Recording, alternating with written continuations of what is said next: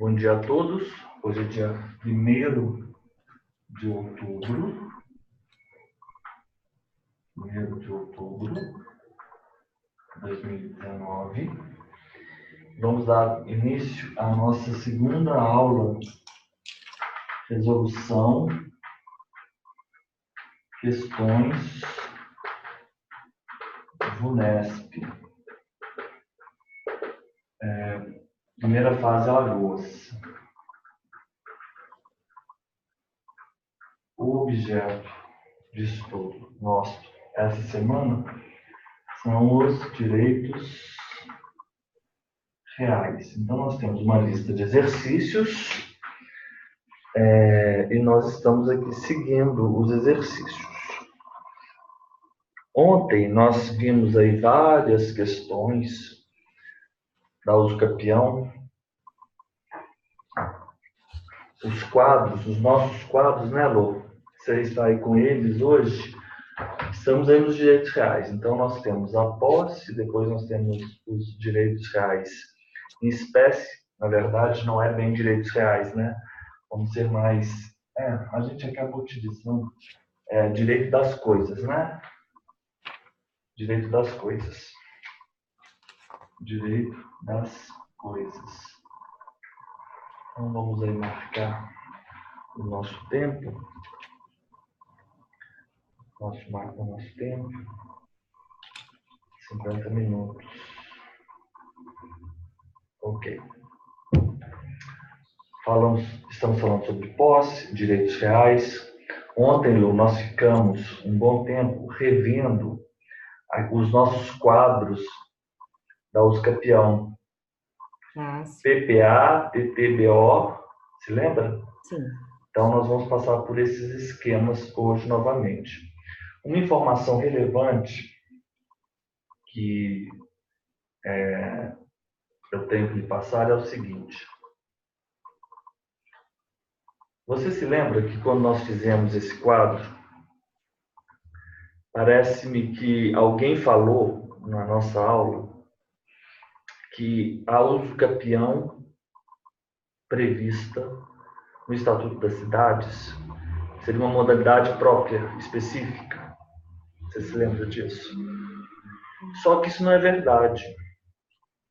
O artigo 183 da Constituição Federal, ele vem disciplinando aquela usucapião que é conhecida doutrinariamente como promísero, promoradia ou urbana, correto? E ela está no Código Civil, aí, Lô, vai seguindo aí, por favor, no 1240, no artigo 1240. 1240. Aquele, não é o 1240A, não, é o 1240. Aquele que possuir como usuário urbana de até 250 metros quadrados por 5 anos ininterruptamente sem oposição, utilizando-a para sua moradia ou de sua família, adquirir-lhe-á o domínio, desde que não seja proprietário de outro imóvel urbano ou rural. Então, que pessoa? É qualquer pessoa, desde que não proprietário de imóvel urbano ou rural. Então, nós temos aquele quadro nosso, que é extremamente importante. E a posse iso, né? Incontestada, sem oposição, ânimos, possuir como seu, tempo 5 anos, título, não fala nada. Boa-fé, não fala nada. E o objeto, a área de zona urbana, até 250 metros quadrados. Então, esse direito não será reconhecido mais de uma vez. Não será reconhecido ao mesmo possuidor, mais de uma vez, né? E o que a pessoa atinge? O domínio, né? Qual é o efeito? O domínio. E qual o objetivo? Moradia sua e de sua família. Lô, nosso esquema. Sim. Tá bom? Você tem ele aí. Sim. Esse esquema você tem que passar o tempo todo sempre. E aí, o que nós apresentamos ontem na nossa aula é o seguinte, esse código aqui, ele é imprescindível para um estudo mais profundo do direito civil, que é o seu caso, você já no nível avançadíssimo, porque aqui, todas aquelas dúvidas que nós temos, nós conseguimos elucidá-las aqui, com esse código. Depois eu mando a foto dele para você. Tá. Esse livro aqui foi o presente da Elisa para mim. Ah, é? Uhum. Que legal. Ela foi comprar o livro e tinha o último volume, e parece a edição estava esgotada, e ela tinha alguém que tinha encomendado para ela o livro, aí ela ficou assim, nossa, eu tenho que falar para a pessoa que eu tinha que mandar esse livro para o professor Joaquim, não pude comprar 2, só tinha um, e já era para o professor Joaquim. Que legal, mas qual que é o autor? Ó, eu vou mandar aqui para você, que eu tirei uma foto. Esse, né? Oi? Esse. Não, esse não é bom. Não, mas eu adoro. Desculpa, eu até indelicado, deselegando minha parte, Não é indelicado. mas não é bom.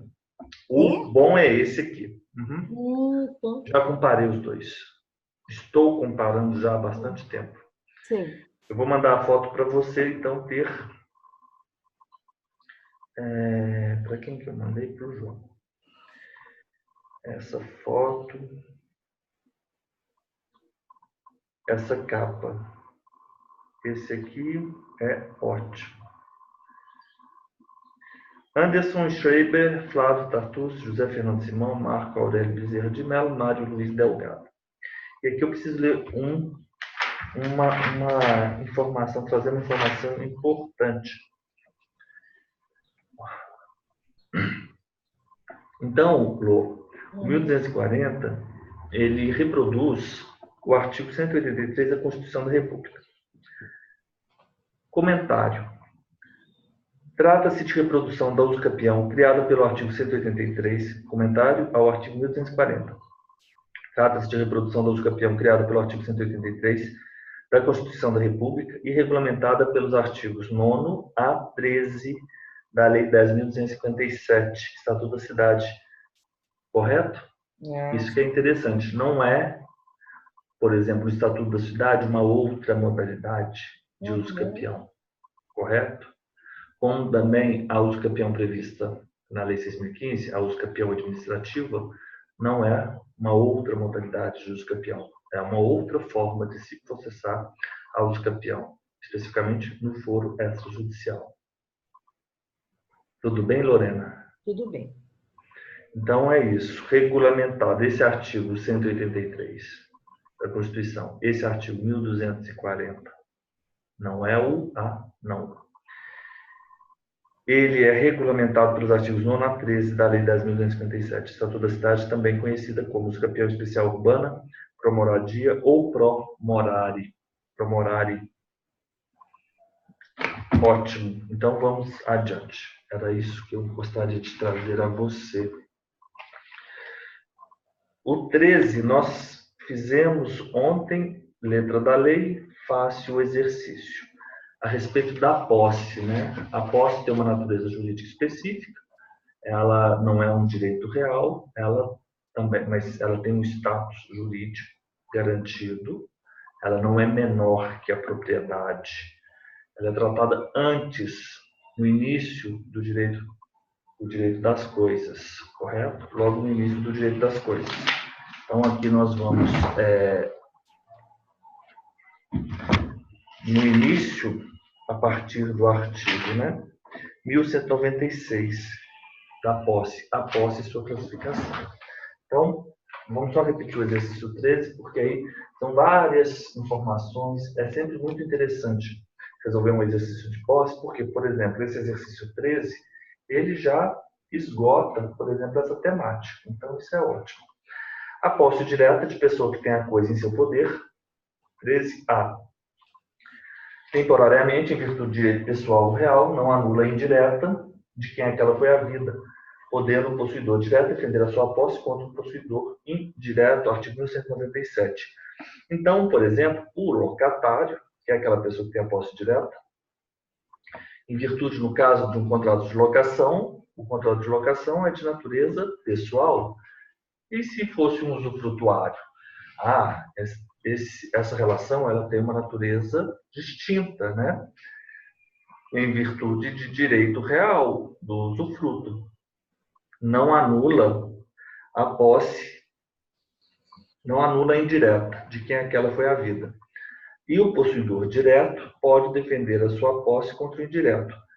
O fato de eu ser possuidor direto não quer dizer que haja uma pessoa que tenha posse indireta. Só que esse artigo ele é interessante. Essa segunda parte não tem relação com a primeira. Porque ele fala uma coisa e depois ele diz outra, mas essas duas coisas são informações distintas. Por que o primeiro artigo fala que quem tem posse direta não anula a indireta? Primeiro, ele quer dizer que há o desdobramento da posse e há possuidores que são possuidores diretos e há possuidores que são possuidores indiretos. Por que isso? Vou lhe dar um exemplo. Se você, Lorena, locatária, viajou para a praia, o seu locador, sabendo que sua casa foi invadida, ele, como locador, ele pode utilizar-se dos interditos possessórios. Ele pode defender a posse. Uhum. É por essa razão que nós temos a posse direta e a posse indireta, para que quem tem a posse indireta também possa fazer uso, em determinadas situações, dos instrumentos, dos mecanismos de defesa da posse, que são os interditos possessórios. A segunda parte diz outra coisa, não diz respeito à primeira parte. Diz o seguinte: o possuidor direto ele pode defender a sua posse contra o possuidor indireto. Isso quer dizer o seguinte: se o locador do seu apartamento ele quiser invadir a sua casa, ele não pode invadir a sua casa. Você tem contra ele os direitos, as ações possessórias, os interditos possessórios, os mecanismos de defesa da posse. Correto? Sim. Então, tudo bem. Tendo em vista que a posse somente é defendida por ser um indício de propriedade, a posse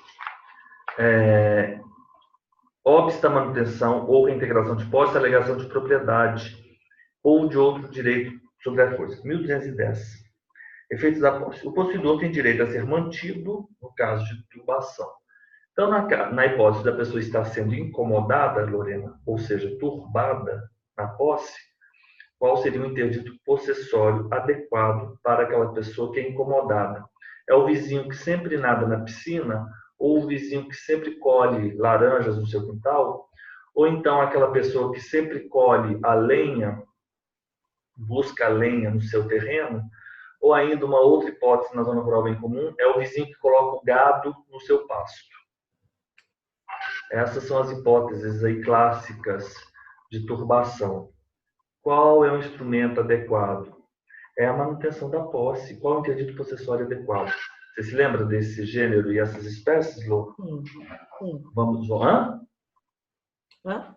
Você se lembra desses gêneros e dessas espécies? No gênero, os interditos possessórios. Você lembra deles?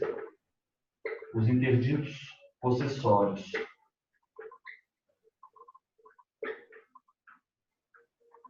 Cada um desses interditos ele vai fazer face a uma determinada ameaça ou lesão à posse. Aquele indivíduo que tem a sua posse ameaçada, ele vai fazer jus, ele pode se utilizar do interdito proibitório. Correto? Sim. Nesse caso, é uma ameaça. Não é? Ameaça.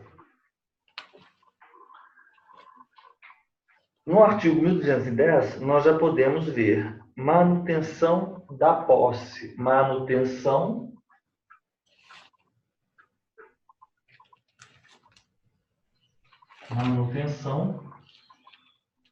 da posse. A manutenção é, no caso, na hipótese de turbação. Ameaça, turbação e esbulho.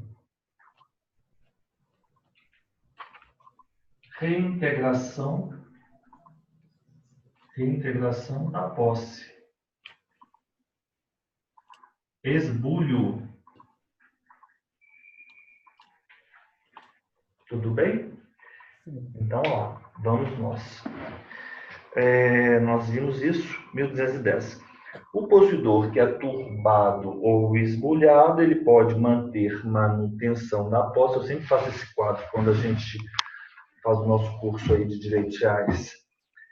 Na verdade, esse artigo, esse parágrafo primeiro, eu mostro o quão relevante e a precisão adotada para você vincular turbado a manter manutenção e esbulhado a restituição, reintegração. Porque assim a gente, numa leitura apressada, poderíamos imaginar que se tratasse de sinônimos, né? Mas não é não. São palavras que têm um específico significado. Os atos de defesa, no caso da manutenção da posse, ou atos de desforço, correto? Na reintegração da posse, não podem ir além do indispensável à manutenção ou restituição. Manutenção ou restituição. Restituição. Não obsta a manutenção ou reintegração na posse, a alegação de propriedade ou de outro direito sobre a coisa. Por quê? A dimensão da posse é distinta da dimensão da propriedade. Você não pode dizer que, pelo fato de você ser proprietário, você, como locador, não deve ser expulso, não deve ser expulso, não seria uma palavra adequada, mas não deve ser retirado daquela casa em que você alugou, ou que você tem alugado, alegando que você é proprietário. Não, não. Porque não obsta a manutenção ou reintegração à alegação de propriedade. Então, os interditos possessórios, eles são até mesmo contra quem são aquelas pessoas proprietárias, né? Não autorizam a aquisição da posse os atos violentos, senão depois de cessar a violência. Entretanto, se a coisa obtida por violência for transferida, o adquirente terá posse justa e de boa-fé, mesmo ciente da violência anteriormente praticada. Isso é falso. A posse de boa-fé, ela é de boa-fé se ele ignora o vício, o obstáculo, ou o obstáculo que impede a aquisição da coisa. Entretanto, se ele não ignora, né? Se ele não ignora essa posse, ela não é mais de boa-fé. Ela não é mais de boa-fé. A posse de boa-fé só perde esse caráter no caso desde o momento em que as circunstâncias façam presumir que o possuidor não ignora indevidamente.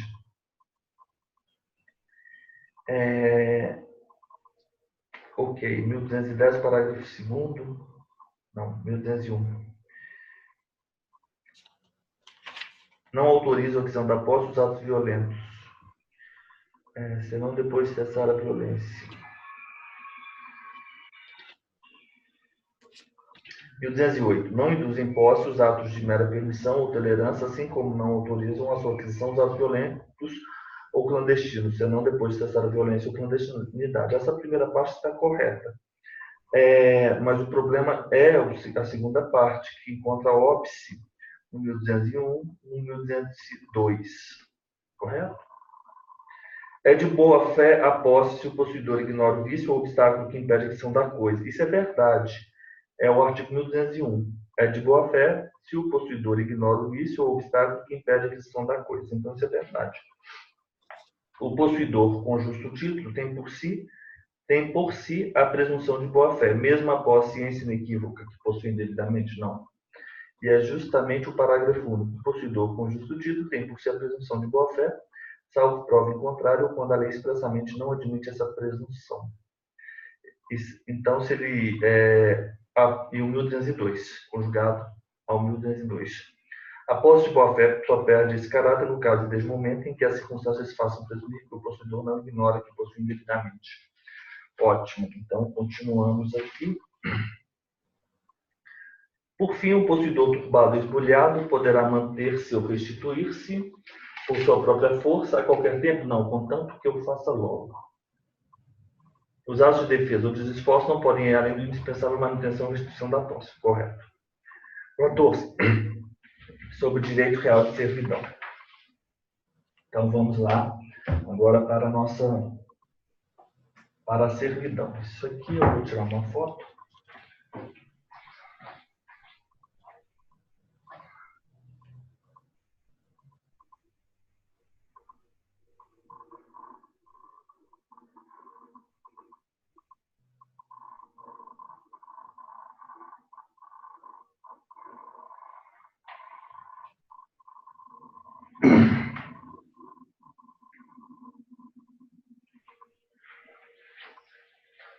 Aqui eu tenho que tirar isso aqui.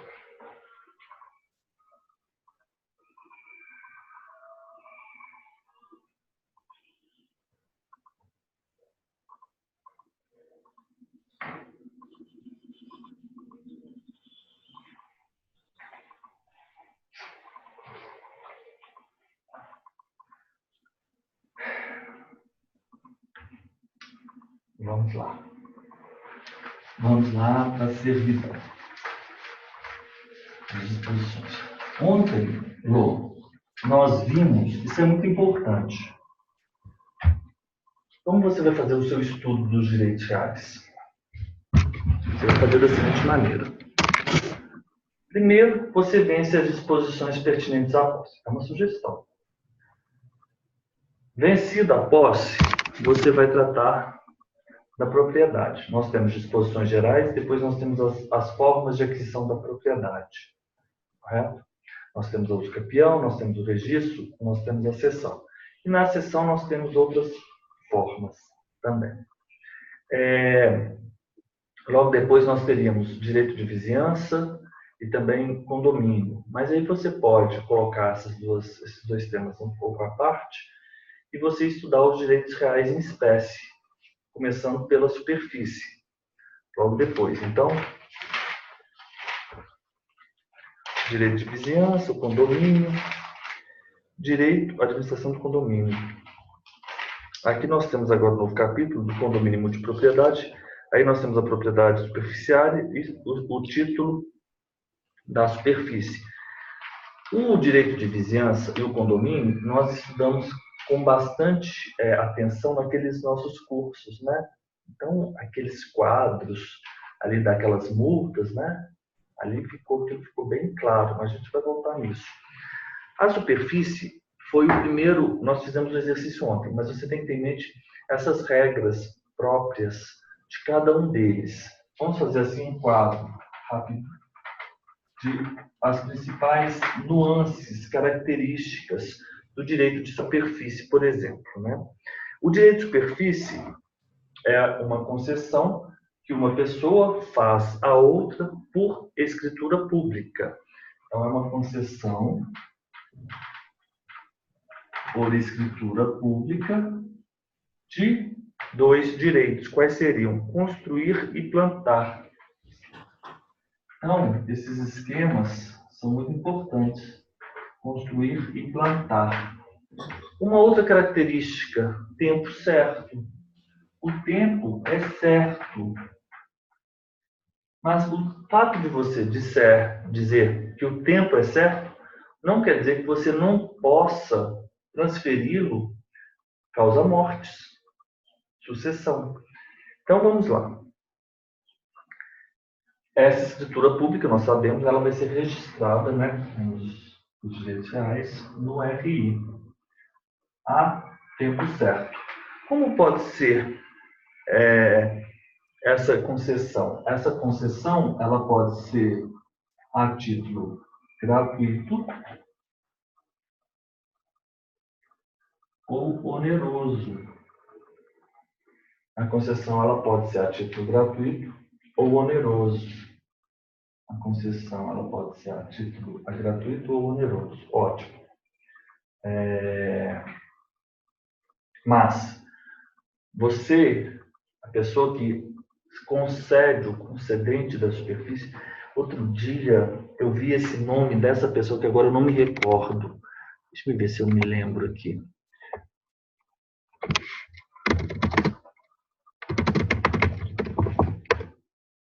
Concedente.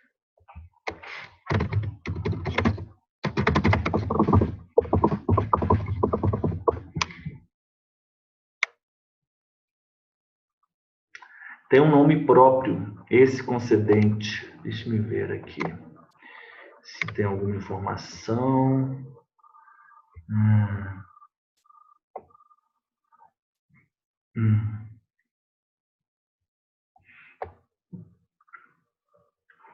Não. Tem um nome agora, não me recordo. mas não tem problema, daqui a pouco eu me recordo desse. Essa concessão é gratuita ou onerosa. O tempo é certo. Nisso difere o direito de superfície do direito de laje.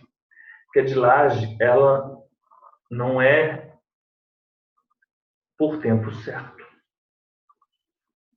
A de laje, o direito real de laje não é por tempo certo.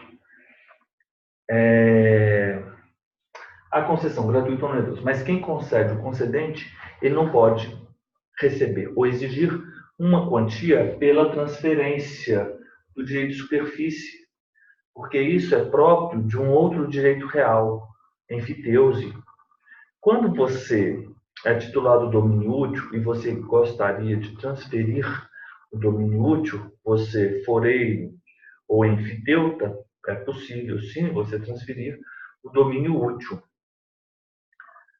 Há um determinado valor que cabe ao senhorio. O nome desse valor é o laudêmio, correto? É o laudêmio, é o valor devido ao senhorio pela transferência a par do valor anual, que é o cânon, o foro, a pensão anual, que é o valor que o foreiro, o enfiteuta, deve anualmente pagar ao senhorio. Ótimo. Concessão, gratuito ou oneroso? E aí ele diz, esse oneroso se o pagamento uma vez, pagamento mais de uma vez, correto? Se ele vai ser de uma só vez ou parceladamente. Uma vez ou parcelado. Uma vez,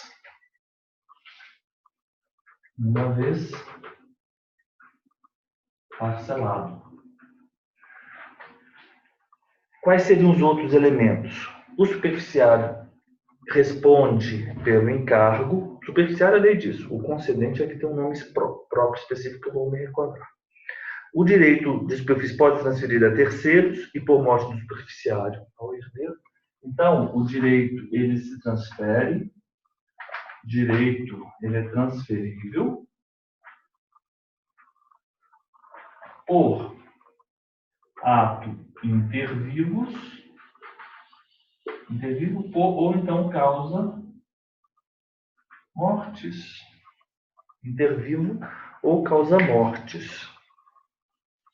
O direito de superfície pode transferir-se a terceiros e, por morte do superficiário ao ser herdeiro, não pode ser estipulado pelo concedente a nenhum título qualquer pagamento pela transferência. Olha que interessante. Você, Lô, quando você instituir o direito de superfície, você como concedente, você institui, você concede a uma outra pessoa o direito de construir e plantar, você pode sim exigir um determinado valor. Você pode sim, pela constituição, pela concessão. Pode ser gratuito, como também pode ser oneroso. Mas, na transferência do superficiário para um outro, uma outra pessoa, que então seria outro superficiário, não pode o concedente estipular nenhum valor. Não pode ser estipulado a nenhum título qualquer pagamento pela transferência. Alienação do imóvel ou do direito de superfície. O superficiário ou o proprietário tem direito de preferência. Então, direito de preferência de um ou de outro. Concedente, proprietário. Então, direito de preferência. Direito de preferência. Direito de preferência. Ok. Antes do termo final, resolver-se a concessão se o superficiário der ao terreno destinação diversa. Extinta a concessão, o proprietário passará a ter a propriedade plena sobre o terreno, construção ou plantação, independentemente de indenização, se as partes não houverem estipulado o contrário. Tudo bem. Então, tudo que foi construído ou plantado passará para o proprietário, sem indenização, a não ser que haja estipulado, tenha sido estipulado na escritura pública, que haverá, na hipótese, né, do término do direito do fim do direito de superfície, a volta da propriedade plena, né? Não a volta, a propriedade plena nas mãos do concedente. Então, ele não haverá de pagar para o superficiário nenhum valor a título de indenização, a não ser que isso tenha sido estipulado. Extinção do direito de propriedade. Da apropriação, a indenização cabe tanto a um quanto ao outro. E o direito de superfície é constituído por pessoa jurídica, interno, rege-se por este código no que não for diversamente disciplinado em lei especial. Então, sim, o direito de superfície é constituído por pessoa jurídica de direito público interno. As pessoas jurídicas, elas podem ser pessoas jurídicas de direito público ou pessoas jurídicas de direito privado. Nós temos o artigo 44, artigo 40 do Código Civil. Se elas forem de direito público interno, serão a União, os estados, DF, territórios, os municípios, as autarquias, inclusive as associações públicas e as demais entidades de caráter público criadas por lei. Nós já sabemos disso. E se forem de direito privado, as associações, sociedades, fundações, organizações religiosas, partidos políticos, EIRELI, né? Ou EIRELI. O direito público, interno, externo, direito privado. Ok. Então, esse é o direito de superfície. Mas a nossa questão, ela trata das servidões. A servidão como direito real, que difere do instituto do direito de vizinhança, passagem forçada. Vamos ver as características aqui da servidão? As servidões. Servidão proporciona. Então, a servidão, nós temos duas figuras. Nós temos um prédio e nós temos outro prédio. Um prédio, ele é o prédio dominante, enquanto o outro prédio é o prédio serviente. O proprietário desse prédio dominante e o proprietário desse prédio serviente. Na verdade, nessa hipótese, o proprietário do prédio dominante, ele terá mais faculdades além daquelas faculdades que ele tem em relação ao prédio dele dominante. Por quê? Ele terá uma faculdade em relação ao outro prédio também. Porque você se lembra que a propriedade, ela é uma série de faculdades, o exercício da propriedade, gozar, usar, dispor, e um direito, reaver. Esse é o feixe, né? Quando você é o dono do prédio dominante, você amputa uma faculdade do prédio serviente e lhe tem para si esta faculdade. Então, por isso ele é dominante, porque ele tem mais faculdades, enquanto o serviente, tem amputado faculdades. Ele não pode exercer as faculdades que exerceria se fosse o proprietário pleno. A servidão, ela vai proporcionar, então, utilidade ao dominante e vai gravar o serviente, né? Obviamente, elas devem pertencer a donos diversos. E constitui-se mediante declaração expressa ou testamento. Então, nós temos o dominante, de um lado nós temos o serviente. Então, nós temos declaração expressa,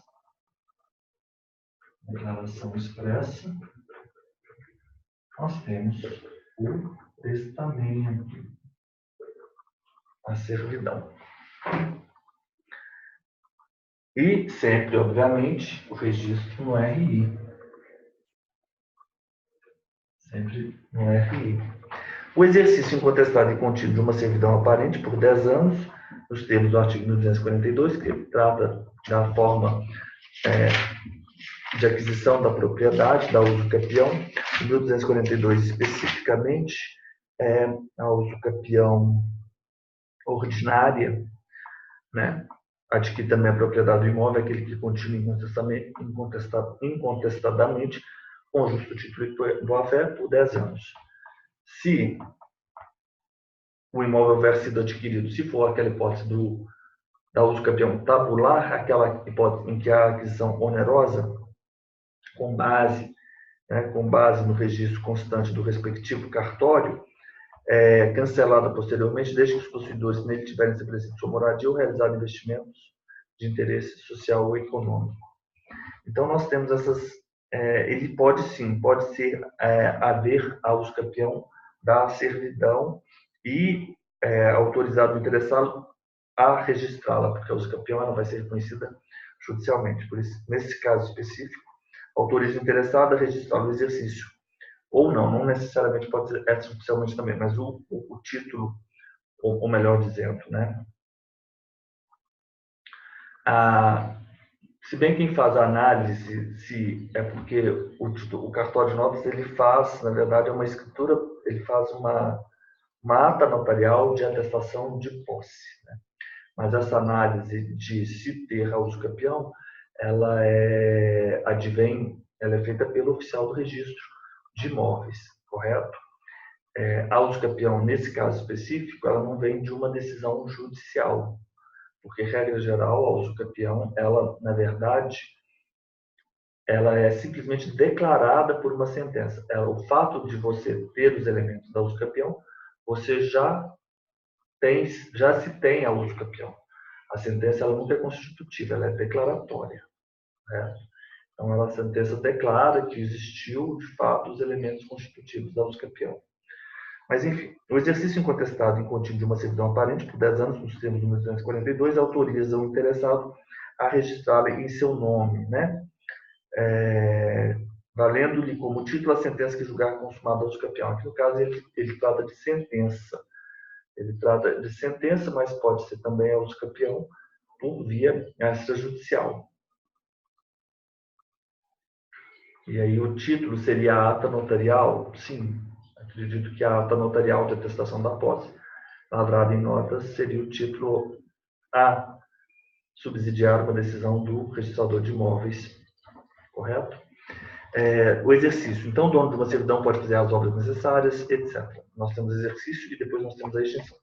Mas vamos aqui para a nossa questão específica. Sobre o direito real de servidão assinar a alternativa correta. A servidão não pode ser removida de um local para o outro, por se tratar de direito real relativo ao imóvel. Isso é falso. Nós podemos, sim, movimentar, remover, nos termos do artigo 1384. Então, 1384, ele vem dizendo o seguinte: a servidão pode ser removida de um local para o outro pelo dono do serviente à sua custa, se em nada diminuir as vantagens do prédio dominante, ou pelo dono do prédio dominante e à sua custa, se houver considerável incremento de utilidade e não prejudicar o prédio serviente. A servidão não pode ser removida, isso é falso, porque nos termos do artigo 1384, ela pode sim ser removida. Uma das hipóteses de extinção da servidão é pela morte do titular do prédio serviente, a extinção das servidões. Salvo nas desapropriações, a servidão, uma vez registrada, só se extingue com respeito a terceiros quando cancelada. Se o prédio dominante estiver hipotecado e a servidão se mencionar no título hipotecário, será também preciso para cancelar o consentimento do credor. O dono do prédio serviente tem direito, pelos meios judiciais, ao cancelamento. Aí ele diz, 1389, uma das hipóteses de extinção é 1388, o dono do prédio serviente tem direito, pelos meios judiciais, ao cancelamento do registro, embora o dono do prédio dominante lhe o impugne, quando o titular houver renunciado, quando tiver cessado para o prédio dominante a utilidade ou comodidade, quando o dono do prédio serviente resgatar a servidão. Também se extingue a servidão, ficando ao dono do prédio serviente a faculdade de fazê-la cancelar, mediante a prova da extinção, pela reunião dos dois prédios no domínio da mesma pessoa, pela supressão das respectivas obras, por efeito de contrato, pelo não uso durante 10 anos contínuos. Uma das hipóteses de servidão é a morte do titular do serviente. Isso é falso. Não existe essa hipótese. Não existe essa hipótese. Não está previsto nem no 1388, nem no 1389. A servidão predial, em regra, é automaticamente dividida em caso de divisão dos imóveis, devendo apenas posteriormente ser levado a registro. Isso é falso. Isso é falso. Esse é o 1386. As servidões prediais, elas são indivisíveis e subsistem no caso de divisão dos imóveis em benefício de cada uma das porções do prédio dominante e continuam a gravar cada uma do prédio serviente, salvo se por natureza ou destino só se aplicar a certa parte de um ou de outro. O dono do serviente é obrigado a sofrer a imposição de maior largueza à servidão no caso de necessidade da indústria do prédio dominante, mas tem direito a ser indenizado pelo excesso. Isso é verdade. Isso é verdade.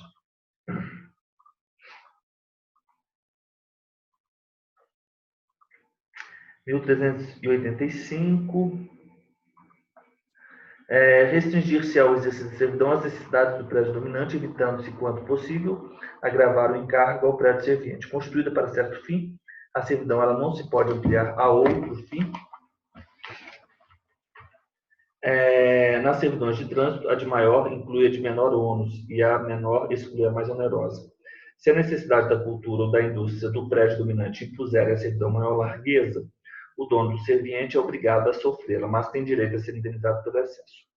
Então é isso, é o 1385, na verdade, parágrafo 3º. Restringir-se ao exercício da servidão às necessidades do prédio dominante, evitando-se, quanto possível, agravar o encargo ao prédio serviente. Constituída para certo fim, não se pode ampliar para outro. Nas servidões de trânsito, a de maior inclui a de menor ônus e a menor exclui a mais onerosa. Se as necessidades da cultura ou da indústria do prédio dominante impuserem a servidão maior largueza, o dono do serviente é obrigado a sofrê-la, mas tem direito a ser indenizado pelo excesso. Perfeito. Quando constituída para certo fim, pode-se ampliar para outro? Não. Restringir-se ao exercício da servidão às necessidades do prédio dominante, evitando-se, quanto possível, agravar o encargo ao prédio serviente. Constituída para certo fim, a servidão não se pode ampliar a outro. Então é isso. Muito simples este exercício. Usufruto. Agora vamos passar para o usufruto. Então, servidões, nós temos a constituição da servidão, nós temos o exercício da servidão, né, o 1380, o dono de uma servidão pode fazer as obras necessárias à conservação do uso, e se ela pertencer a mais de um prédio, as despesas são rateadas entre os respectivos donos.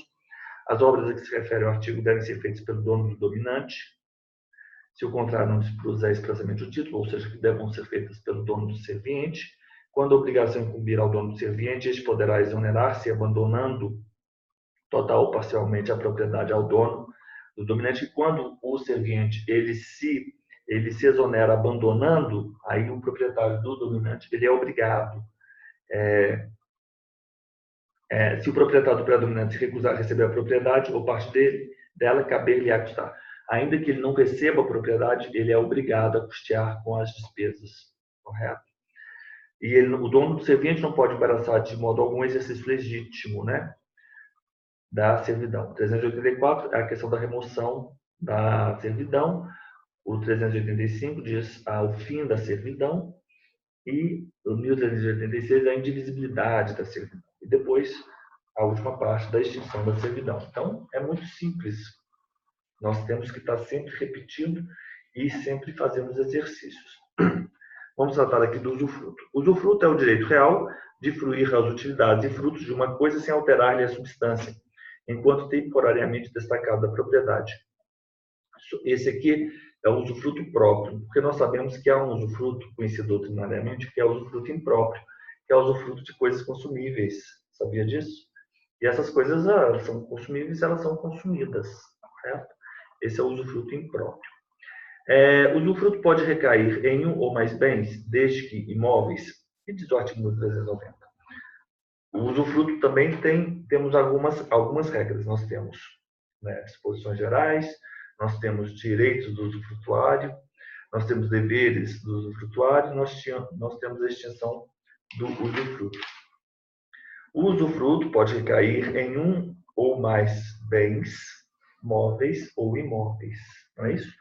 Um ou mais bens, móveis ou imóveis, em um patrimônio inteiro ou parte deste, abrangendo-lhe no todo ou em parte os frutos e utilidades. Ok. Então, é isso aí.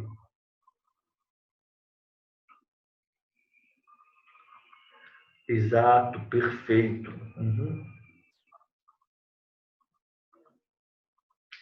Usufruto é o direito real de fruir. Letra A. Equivocado. B. Em regra, o usufruto não se estende aos acessórios do imóvel e seus acrescidos. Falso. 1392. Regra geral, o usufruto estende-se aos acessórios da coisa e seus acrescidos. Falso. O usufruto pode ser transferido por alienação? 1393 diz o quê? Ó, isso aqui é extremamente importante. Não se pode transferir o usufruto por alienação, mas o seu exercício pode ceder-se por título gratuito ou oneroso.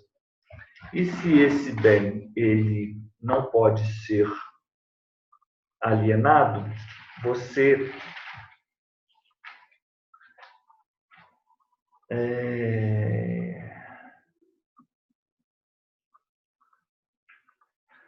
você encontra um óbice no artigo 1420 a ter o usufruto como objeto de penhor, hipoteca e anticrese. Por qual razão? Só 1420, segunda parte. Só os bens que se podem alienar poderão ser dados em penhor, anticrese ou hipoteca. Ok? Então, essa disposição ela é importante porque ela exclui o direito do usufrutuário de ser objeto de uma garantia. Então, você, Lorena, quando você for usufrutuária, você não pode oferecer aquele direito seu como uma garantia para um financiamento, correto? O usufruto ele pode ser transferido por alienação? Não. Ele não pode ser transferido, mas ele pode ser cedido. Usufruto, mas pode ser cedido. Aí a cessão pode ser gratuita ou onerosa. Se o acessório do usufruto for consumível, o usufrutuário deve restituir os acessórios que ainda houver, indenizar os acessórios consumidos com valor estimado ao tempo da Constituição. Não, não é ao tempo da Constituição. 1392. Parágrafo 1º. Se entre os acessórios e os acrescidos houver coisas consumíveis, terá o usufrutuário o dever de restituir, fim do usufruto, as que ainda houver. Tudo bem. E das outras consumidas, o equivalente em gênero, qualidade e quantidade, ou não sendo possível, seu valor estimado ao tempo da restituição, e não ao tempo da constituição do usufruto. O usufruto do imóvel, quando não resultar de uso capião, porque nós sabemos que o usufruto, assim como o direito de propriedade, ele pode resultar de uso capião, constituir-se-á mediante registro no cartório do RI 1391. O usufruto de fato de imóveis, quando não resulte de uso capião, constituir-se-á mediante registro no cartório de registro de imóveis. O usufruto, quando não resulte de uso capião, constituir-se-á mediante registro no cartório de registro de imóveis. Será que é registro ou averbação, professor? Não, o usufruto, a constituição do usufruto é registro. Registro. Você lembra lá nos termos Sim. do 167 que aqueles servos eram folgados? Uso e usufruto? Inciso 8º, me parece, do 67. Os atos de registro. O uso, usufruto, habitação. Isso. As servidões, em geral. Ok. Vamos fazer, nós temos agora um intervalo de 5 minutos e aí voltamos agora, tá? Tá. No próximo intervalo com a próxima questão. Tá. 5 minutos. Fica... eu vou parar a gravação. Só um minuto. Onde está aqui? Não saia do link, é isso. Vamos agora para a nossa segunda parte e vamos marcar aqui o nosso tempo.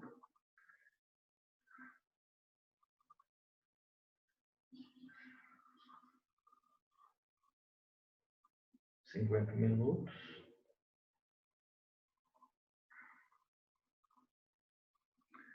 A nossa segunda parte.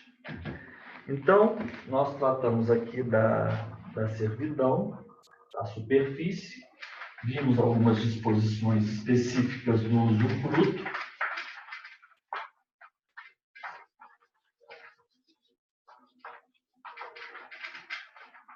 Vamos adiante. Disposições gerais. O usufruto pode ser recair em um ou mais bens, podem ser bens móveis quanto bens imóveis, um patrimônio inteiro ou parte dele, abrangendo-lhe no todo em parte os frutos e utilidades.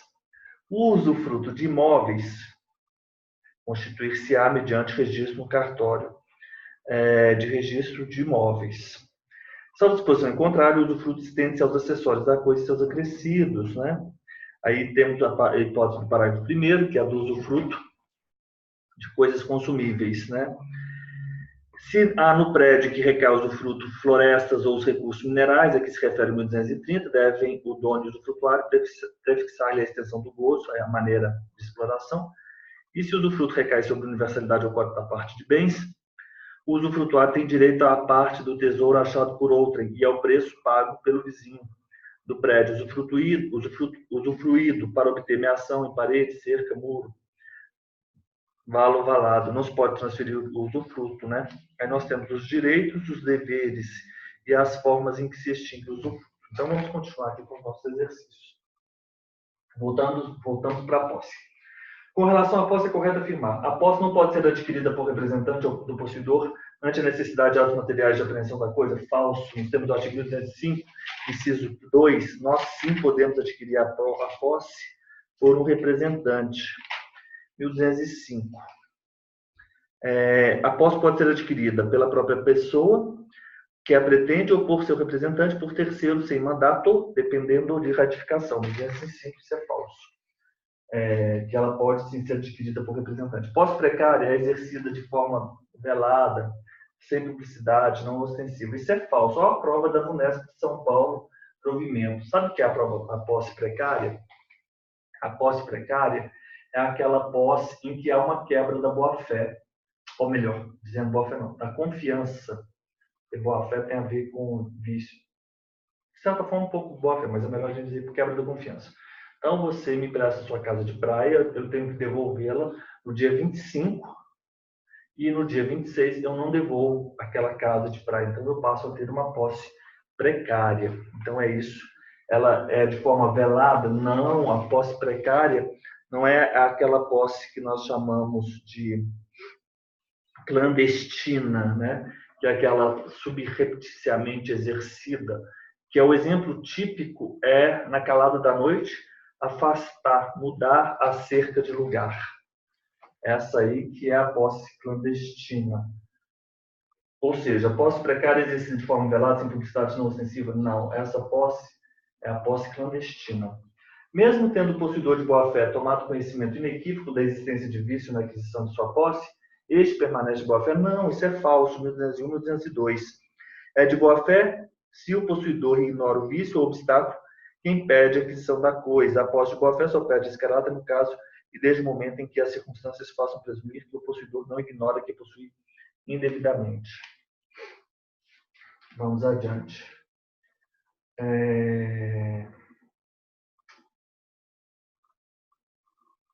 A denominada posse violenta tem natureza jurídica de detenção? Sim, é verdade. A posse violenta, ela não é posse, de fato, ela é detenção, né?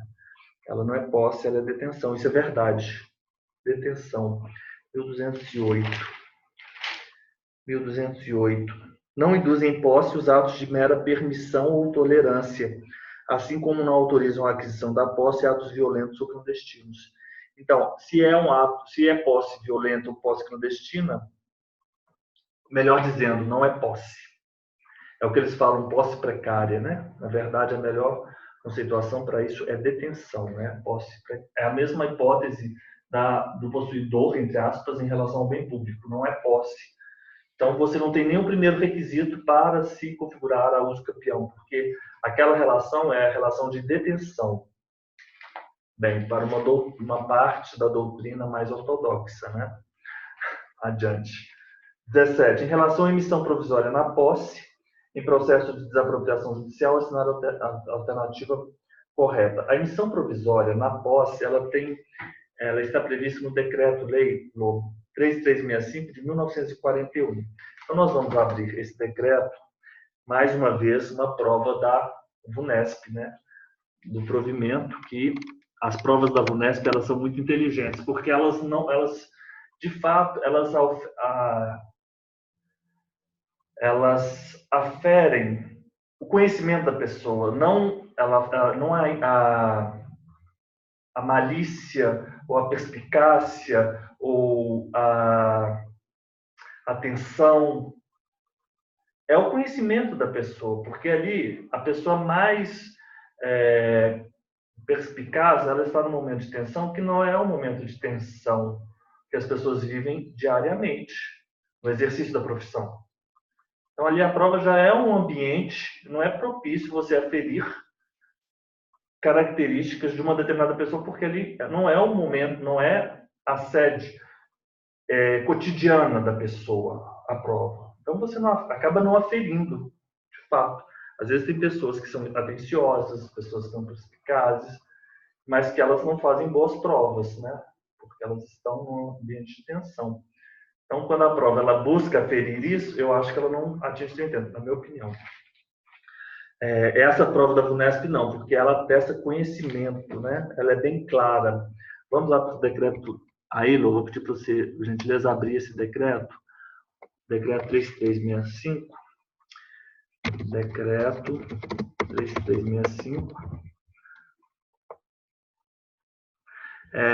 Ele dispõe sobre desapropriações por utilidade pública. Esse decreto ele é muito importante. Ele é um decreto assim que sempre é pedido. Então eu vou abrir, vou compartilhar com você e nós vamos seguindo aqui. A desapropriação por utilidade pública regular-se-á por essa lei em todo o território nacional, mediante declaração de utilidade pública, todos os bens poderão ser desapropriados pela União, pelos estados, municípios, DF, territórios, e a desapropriação do espaço aéreo ou do subsolo só se tornará necessária quando de sua utilização resultar prejuízo patrimonial do próprio solo, do proprietário do solo. Aí vamos lá para o artigo, nós temos o artigo 15, parágrafo 4º, e vamos ver, ele tem várias disposições do processo judicial, 15A, tem um 15A e tem um 15B, 15A e 15B. Vamos dar uma olhada aqui. O 15, nós temos provavelmente o 15. Se o expropriante alegar urgência e depositar a quantia arbitrada de conformidade com 685, o Código de 73, o juiz mandará emiti-lo provisoriamente na posse dos bens. A emissão provisória poderá ser feita independente de citação, mediante o depósito, do preço oferecido, da quantia correspondente, etc. Várias hipóteses. Ele fala aqui: a emissão provisória na posse será registrada no RI competente. A emissão provisória na posse. Emissão na posse, por exemplo, tem o sentido de conferir a posse ao expropriante, correto? Então, no caso da desapropriação, então, o expropriante, que é aquela pessoa jurídica, União, Estado ou município, vai alegar urgência e vai depositar uma determinada quantia. E aí o juiz manda emiti-lo provisoriamente nessa posse. A emissão poderá ser feita independente de citação do réu, daquela pessoa que é expropriada, mediante o depósito do preço oferecido. Aí tem as hipóteses. A alegação de urgência, que não poderá ser renovada, obrigará o expropriante a requerer a emissão provisória do prazo de 120 dias. Excedido o prazo de 120 dias, não será concedida a emissão provisória. A emissão provisória na posse será registrada no RI competente.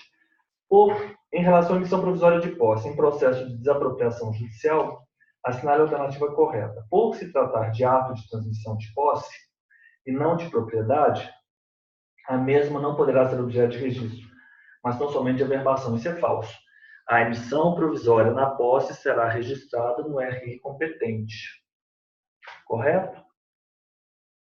Bem, essa questão eu reputo muito difícil, porque, afinal de contas, não é todo dia que nós estamos aí com o decreto 3365 à mãos, né, Lorena? Mas é o que cai na prova, né? Então a gente agora já sabe. Por ser ato meramente processual, não há previsão de ingresso no registro? Isso é falso. Eu respondo também no parágrafo 4º. A emissão provisória na posse será registrada no RI competente. O melhor de tudo é o seguinte: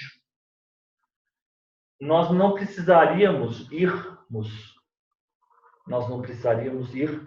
aqui no decreto 3365.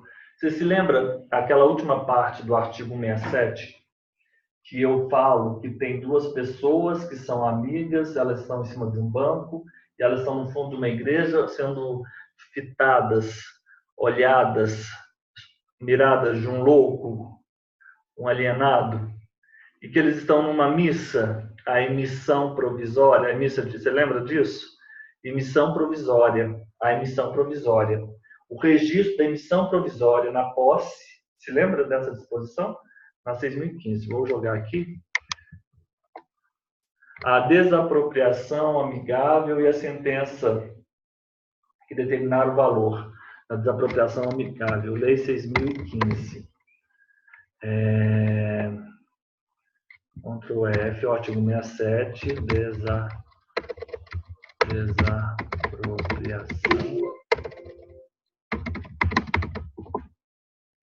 Da desapropriação 10 amigos e a sentença em processo de desapropriação que fixarem o valor da indenização, alienação fiduciária em garantia de coisa imóvel, da emissão provisória na posse, ó, é o 36, a gente não sabe se é bem inciso, porque essa técnica redacional não é a que nós utilizamos hoje. Técnica redacional legislativa.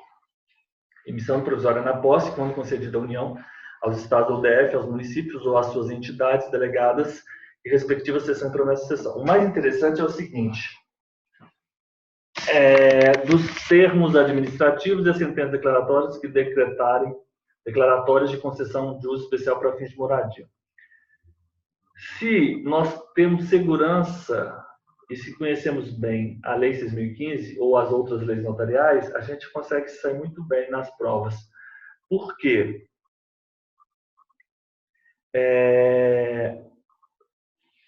Você não precisaria sequer ir se reportar ao decreto. É importante o decreto, claro, mas você consegue resolver as questões por via transversa. Quando houver expressa concordância do expropriado, mas aqui a sede dessas questões, claro, é o decreto 3365, né? Então, vamos lá. Quando houver expressa concordância do expropriado, ela pode ser registrada na matrícula como aquisição do domínio pelo expropriante, mesmo em caso de contestação do valor ofertado como indenização. Ele concorda em ser expropriado e não concorda com o valor. Ainda assim, nos termos do artigo 29, vamos lá para o artigo 29. 29. Não, ele não é esse, não. É o 29 e é o 34A. Vamos dar uma olhada nas posições finais. 34A. Se houver concordância reduzida a termo do expropriado, a decisão concessiva da emissão provisória na posse implicará a aquisição da propriedade pelo expropriante com o consequente registro da propriedade na matrícula do imóvel. A concordância escrita do expropriado não implica renúncia ao seu direito de questionar o preço ofertado em juízo. 34A. Na hipótese desta, o expropriado poderá levantar 100% do depósito que foi feito com base no artigo 33. E do valor a ser levantado pelo expropriado são deduzidas algumas despesas, e bem como aquelas outras processuais, né? Despesas processuais. Então, quando houver expressa concordância do expropriado, ela pode ser registrada na matrícula como aquisição do domínio pelo expropriante, mesmo em caso de contestação do valor. 34A. Somente quando se tratar de implementação de projetos habitacionais ou de regularização fundiária em área urbana ou de expansão urbana, poderão ser unificados 2 ou mais imóveis, mesmo quando emitidos em favor do expropriante em processos distintos. Nós temos aqui, também a gente consegue sair dessa questão de outra forma, pela Lei 6.015. Mas primeiro vamos lá no artigo 4º. Então, aqui, esse 34 ficou muito claro. Aqui vamos dar uma olhada no artigo 4º desse decreto. A desapropriação poderá abranger a área contígua necessária ao desenvolvimento da obra que se destina e as zonas que se valorizarem extraordinariamente em consequência da realização do serviço. Em qualquer caso, a declaração de utilidade pública deverá compreendê-las mencionando-se quais as indispensáveis à continuação da obra e as que se destinam à revenda. Quando a desapropriação destinar-se à urbanização ou reurbanização, realizada mediante concessão ou parceria público-privada, o edital de licitação poderá prever que a receita decorrente da revenda ou utilização imobiliária integre projeto associado por conta e risco do concessionário. Que é isso aqui, é uma outra hipótese. Caso de utilidade pública, vamos lá. A declaração de utilidade pública far-se-á por decreto do presidente, governador, interventor ou prefeito, ou seja, chefe do executivo. Declarada a utilidade pública, ficam as autoridades administrativas autorizadas a penetrar nos prédios compreendidos na declaração, podendo recorrer à força policial. O Poder Legislativo poderá tomar iniciativa de desapropriação, praticados necessários. Vamos lá para o artigo que eu marquei. Foi o artigo 15, parágrafo 4º, mas eu acho que esse eu já falei. 15, parágrafo 4º, já falamos. Artigo 29. Vamos tentar. 29.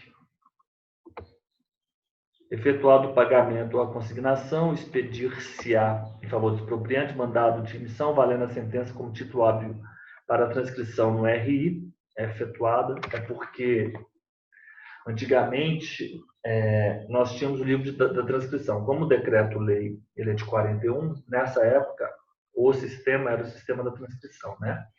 A partir de 1º de janeiro de 1976, com a entrada em vigor da Lei 6.015, né, com a entrada em vigor da 6.015, é que o sistema passou de transcrição para matricial.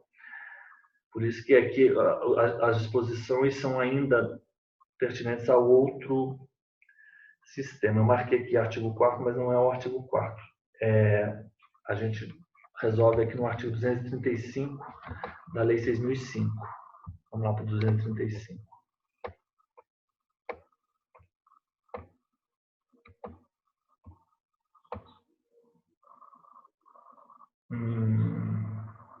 Tem alguma coisa errada. Não teve aqui do registro, não tem 235? 3. Estranho. 235, 3 está revogado. Deixa eu dar uma olhada aqui na minha lista.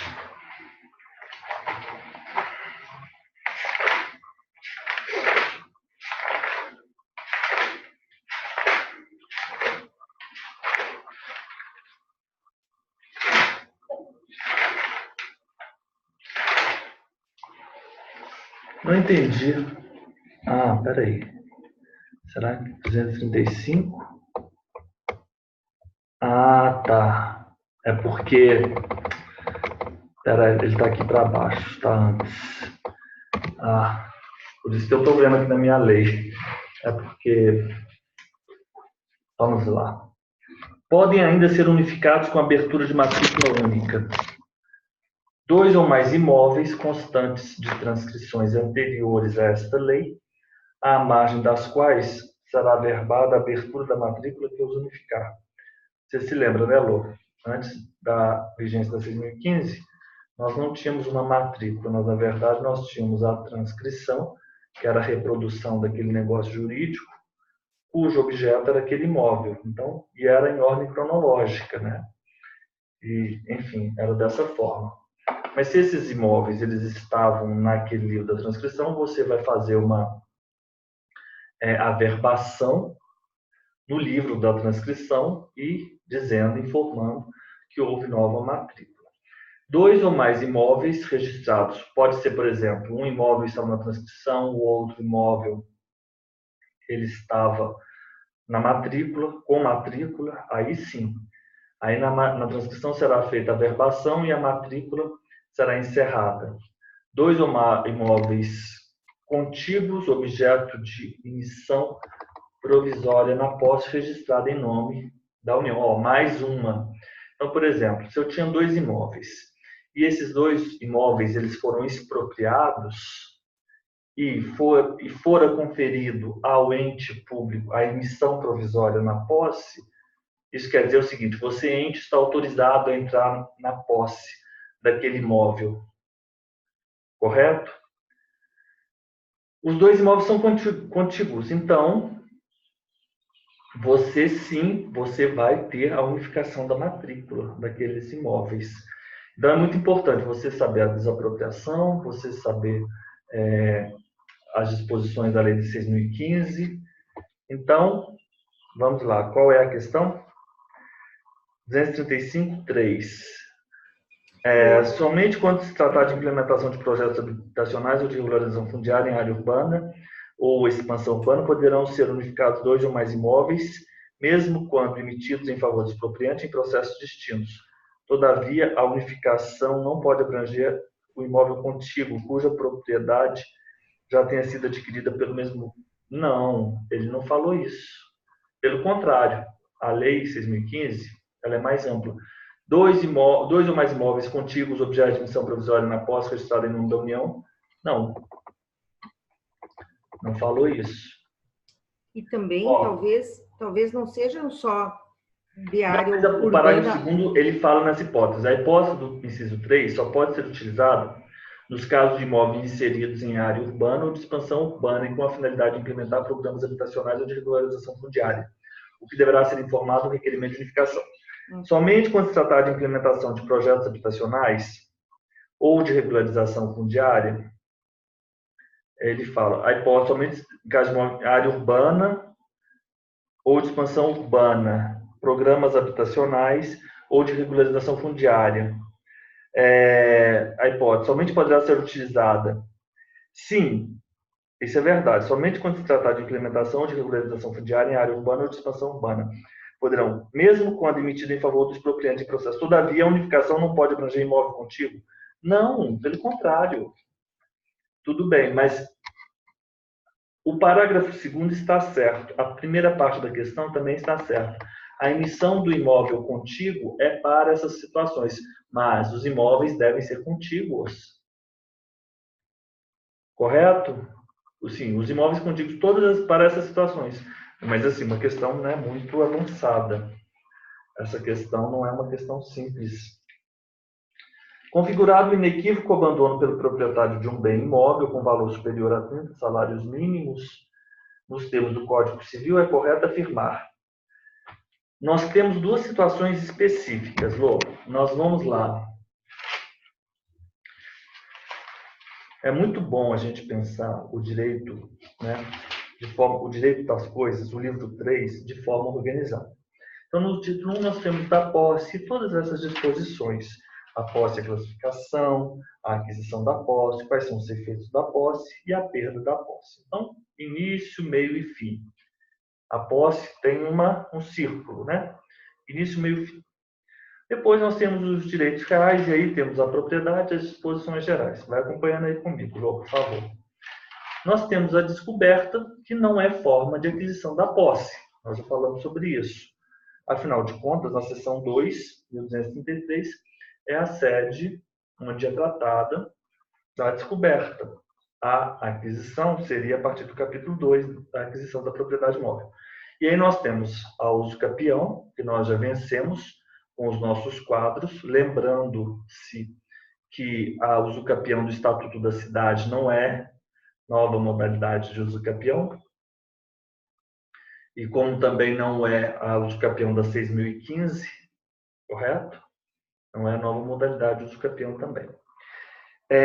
Aquisição pela uso capião, pelo registro do título, aquisição por acessão, aí nós temos aquelas hipóteses: as ilhas, o aluvião leve, o sedimento, a avulsão, a violenta, o alvo abandonado, é o leito do rio, construções e plantações, e nós temos também a aquisição da propriedade móvel.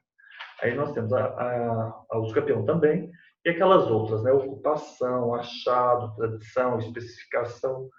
É incrível, Toda hora que eu lembro dessa especificação, você lembra da Elisa dizendo, você assistiu a sala que ela explicou, que ela falou com a gente? O Michelangelo. É o mármore do Michelangelo, professor. Você lembra desse caso? Da especificação? Não? Não, acho que eu não estava nessa aula. Mas foi ótimo, porque ela falou assim, professor, então tá, eu vou lembrar, a gente estava estudando aqui especificação, é a pessoa que faz a obra no mármore, né? Ela falou assim, ela teve essa ideia, falou assim, eu vou lembrar da especificação, vou lembrar do mármore, da estátua e do Michelangelo, que o mármore, a pedra do mármore é do Papa, mas aí o Michelangelo, mas aí é comigo, ela não fala nessa expressão, né, Uhum. tão coloquial. Uhum. E a escultura era do Michelangelo. Ainda ela adicionou um ponto que um determinado mármore aí, onde foi feita uma escultura das mais consagradas, ela já tinha sido rejeitada, a pedra, porque Ah, ela apresentava umas ranhuras, umas imperfeições. Aí o Michelangelo aproveitou e fez, me parece, Davi, uma dessas obras aí consagradas. É isso que a gente ah. aprende no nosso curso, Lorena. Isso, nossa, Isa é tudo, né? Ela é o máximo. Foi É muito o bom. máximo. E, por fim, nós temos, fechando o círculo, na propriedade, disposições gerais, aquisição, a perda da propriedade. Alienação, venda, né? A transferência, alienação. A alienação, ela sempre tem a ver com uma coisa, coisa móvel ou imóvel. Você não fala, eu cedi o meu carro, porque a cessão, a gente se utiliza dessa expressão, mas não no sentido. Eu cedi meu carro para ele, ele me pagou pelo meu carro. A cessão diz respeito a direitos. Você cede o direito, então você cede o uso do seu carro. Eu cedi o uso do carro, mas eu alienei meu carro. Alienação, renúncia, abandono, perecimento da coisa, desapropriação. Alienação e renúncia, que são os efeitos da perda da propriedade imóvel, sempre com registro do título transmissível ou do ato renunciativo no RI. Então, vamos elencar aqui as formas da perda da propriedade. Da perda da propriedade. Da perda da propriedade. Quais seriam essas hipóteses? Alienação,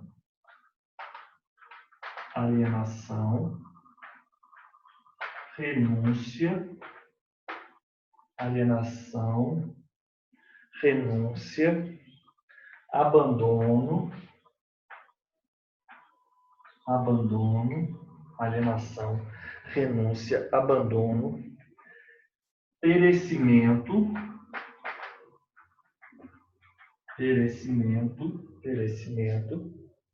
desapropriação,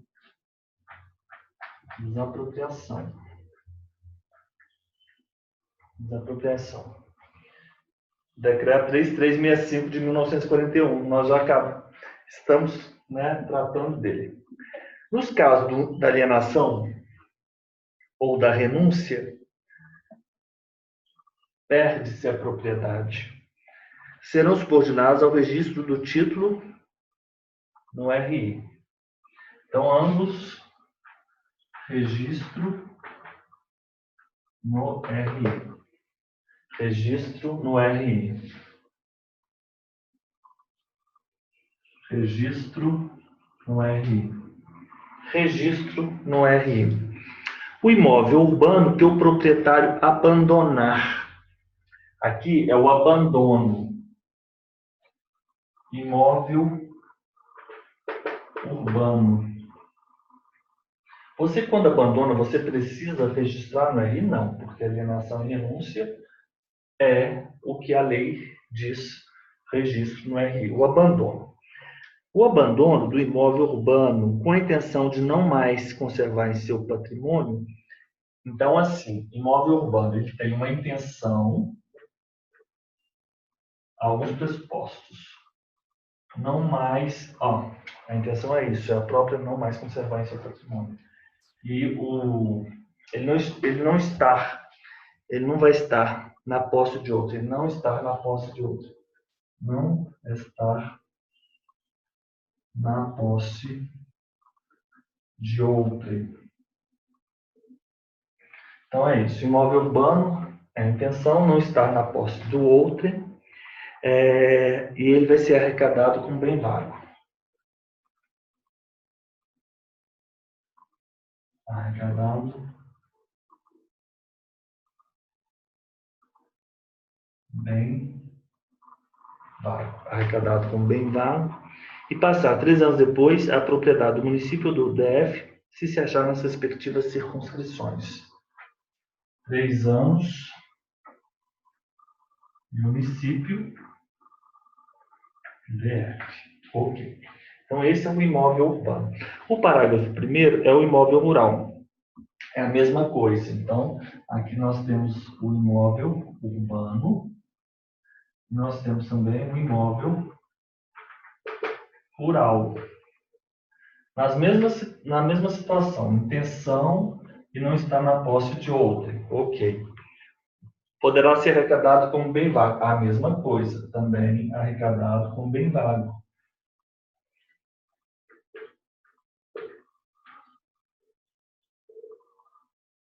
Arrecadado bem vago. E só. E depois, 3 anos, união.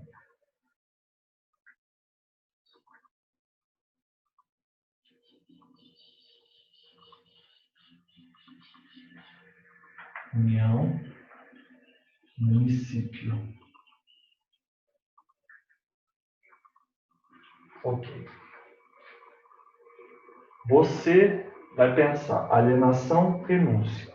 Registro no RI. Deixa eu voltar aqui. Eu sempre me esqueço às vezes. Alienação, renúncia. Registro no RI. Ótimo. Alienação e renúncia. Registro no RI.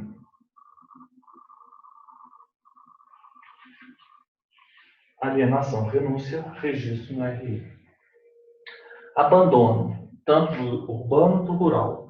É imprescindível a intenção e ele não estar na posse de outra. Intenção, eles não podem ter. Intenção não estar na posse de outra. Deixa eu colocar aqui para não pegar. Intenção. Intenção não estar posse. Não estar na posse do outro. Não estar posse de outra. Intenção e não estar na posse de outra. Intenção e não estar na posse de outra. Ok. Então, o abandono tanto do imóvel urbano quanto do rural, intenção não estar na posse de outro. O urbano, 3 anos, rural, 3 anos. Só que o urbano vai para o município DF, enquanto o rural ele vai para a União. Presumir-se-á de modo absoluto a intenção que se refere a esse artigo, quando cessados os atos de posse, deixar o proprietário satisfazer os ônus fiscais. Modo absoluto, presunção absoluta,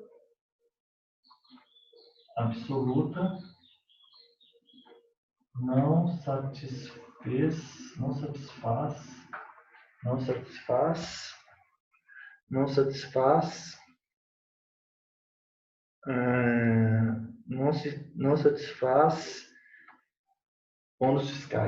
ônus fiscais. É isso. Agora vamos para a nossa questão. O que mais temos da perda? Não, a perda é só isso. É muito simples. Então, por exemplo, cai direito das coisas. Vai perguntar para você, Lorena, que vai fazer a prova oral no Paraná. Candidato, explique a perda da propriedade. Como se dá a perda da propriedade? Bem, alienação, renúncia, abandono, perecimento, desapropriação. A desapropriação, aí você tiver com isso ainda na cabeça, o decreto 3365 de 1941. Alienação, renúncia, registro no RI. Abandono, tanto do imóvel rural quanto do urbano, é imprescindível como pressupostos a intenção e não estar o imóvel na posse de outra. sendo que o urbano vai ser arrecadado como vago e depois de 3 anos passará ao domínio do município do DF, enquanto o rural, também arrecadado como vago, após 3 anos passará ao domínio da União. E a intenção presumir-se-á de modo absoluto na hipótese de não se satisfazer às necessidades, os ônus fiscais. Agora, isso é simples ou não é? Agora, se nós formos aqui pela lei, fica mais complicado. Por isso que esse mapa é um mapa mental, né, Lô? É um mapa mental. Vamos tirar uma foto.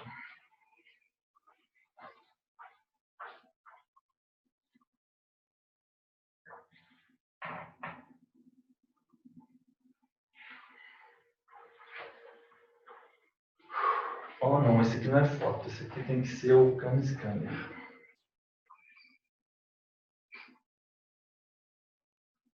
O Cam Scanner. Agora, qualquer exercício que cair de aquisição da propriedade, nós tratamos do campeão, posse, perda da propriedade, nós ainda vamos falar sobre o registro e sobre a cessão. Nós já vamos estar aí, vamos fechar a prova, vamos continuando então. Configurado inequívoco abandono pelo proprietário de bem imóvel com valor superior a 30 salários mínimos, é correto afirmar a perda por abandono não tem aplicação com imóveis com valor superior? Não. Fala em valor? Falou em valor? Não, não falou. A perda da propriedade imóvel somente ocorrerá após o registro do abandono? Não. Alienação, renúncia. Perda não há de se falar em registro. A eficácia do abandono depende da concordância do município e do DF ou da União conforme a localização do imóvel. Ou da concordância do município conforme a eficácia depende da concordância do município e do DF. Não há perda de propriedade fácil. Prova fácil, hein? O abandono. Prova fácil. Agora voltamos lá. Com relação ao usufruto, é correto afirmar. O usufruto ele não pode o usufruto não pode ter por objeto bens consumíveis ou fungíveis. Isso é falso, porque nós temos uma modalidade que é o usufruto impróprio e pode ser sim. O direito de usufruto não pode ser adquirido por usucapião? Pode sim. Voltamos lá para o usufruto. Nós temos, então, as disposições gerais, nós temos os direitos do usufrutuário e nós temos os deveres do usufrutuário e extinção. Os direitos. O usufrutuário tem direito de posse, uso, administração e percepção. Quando o usufruto recai em título de crédito, o usufrutuário tem direito a perceber os frutos e a cobrar as respectivas dívidas.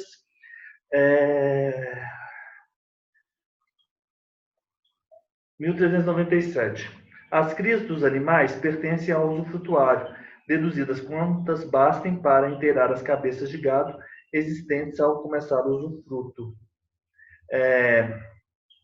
As crias pertencem ao usufrutuário, deduzidas quantas bastem para inteirar as cabeças de gado existentes ao começar o usufruto. Vamos imaginar o seguinte, você tinha 10 reses. 10 reses. Essas reses produziram crias. Então, ao final de um período, eu teria 15 crias. Mas dessas 10 reses, eu perdi 3 na minha fazenda. Quanto dessas crias eu teria que devolver para o meu proprietário? 3. Porque as crias, as 15, pertencem ao usufrutuário. Deduzidas destas 15, aquelas que bastem aquelas que são necessárias para se inteirar as cabeças de gado existentes. Quantas cabeças de gado eu tinha? 10. Quanto eu tenho agora? 7. Quanto eu vou deduzir das crias? 15. Vou deduzir 3. Eu vou deduzir para inteirar as cabeças de gado existentes ao começar o usufruto. Aí temos os deveres do usufrutuário. O usufruto pode recair. Enfim, isso é verdade. Usufruto, letra A não é, o direito do usufruto não pode ser adquirido. Usufruto de imóveis, quando não resulta do usucapião, artigo 1391. O usufruto ele pode sim ser advir do uso capital do usucapião. No usufruto simultâneo ou conjuntivo, o direito de acrescer entre os usufrutuários, ocorrendo o falecimento de um deles, depende de estipulação expressa. É o seguinte, vamos lá para essas disposições específicas.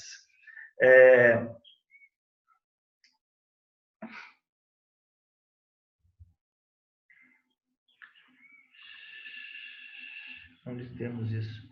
O usufruto é o seguinte, eu vou instituir o usufruto em favor de duas pessoas. Se eu faço essa instituição, à medida que uma dessas pessoas elas vão falecendo, isso inclusive está previsto aqui no 1411. Não necessariamente aquela parte do falecido acrescerá a do sobrevivente, a não ser que haja uma estipulação expressa.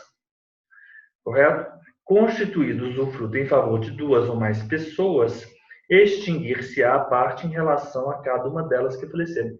Ou seja, haverá a consolidação da propriedade, salvo-se por estipulação expressa do que um desses que falecerem couber ao sobrevivente. Correto? Então, é isso, usufruto próprio. Exatamente. 1392. É aqui que eu não é o parágrafo 1º. É o usufruto impróprio de coisas consumíveis. É 1392, parágrafo 1º.